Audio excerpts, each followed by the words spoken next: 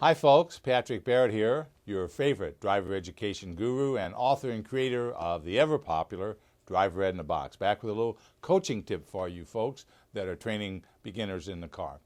Now, if you notice, for instance, when you get into the vehicle as an instructor, sometimes you've got all these things in your mind. And you say, well, what are we going to work on today? Okay, we're just going to do this one thing. And how many things, new things, should you introduce to a student at one time and make them try to focus on consciously at one time?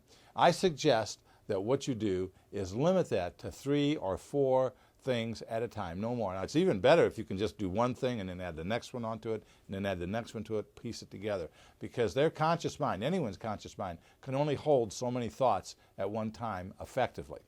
I'll give you an example. If you think of the phone numbers and how the phone company distributes out their phone numbers, you know, it's dot, dot, dot, dot, dot, dot, dot, dot, dot, dot.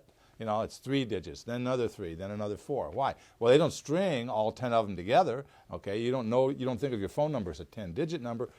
You think of it in sections of 3, 3, 4, and that's really the way it works. You look at what credit card companies do on their credit cards. How do they break it up? They break up into 3 or 4 units. Why? Because in that sense, those are easier to remember. Then you can string those together, and it's the same type of thing that would apply when you're teaching in the vehicle. You know, just pick out, say, 2 or 3 commentary terms you're going to focus on right then for the next 5 or 10 minutes. You focus on those terms, do them over and over and over and over until you make sure they've got them and they understand it correctly. Then move on, add 3 or 4 more.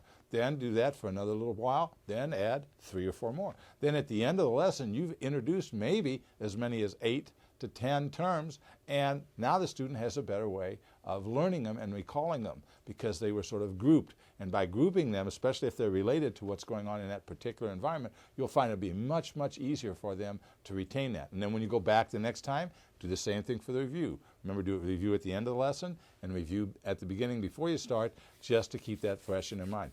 The repetition will help them build those neural pathways that are necessary for them to be able to develop judgment.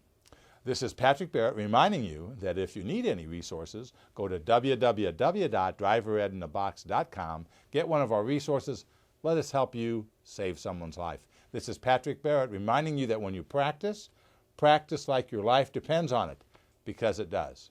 Bye now.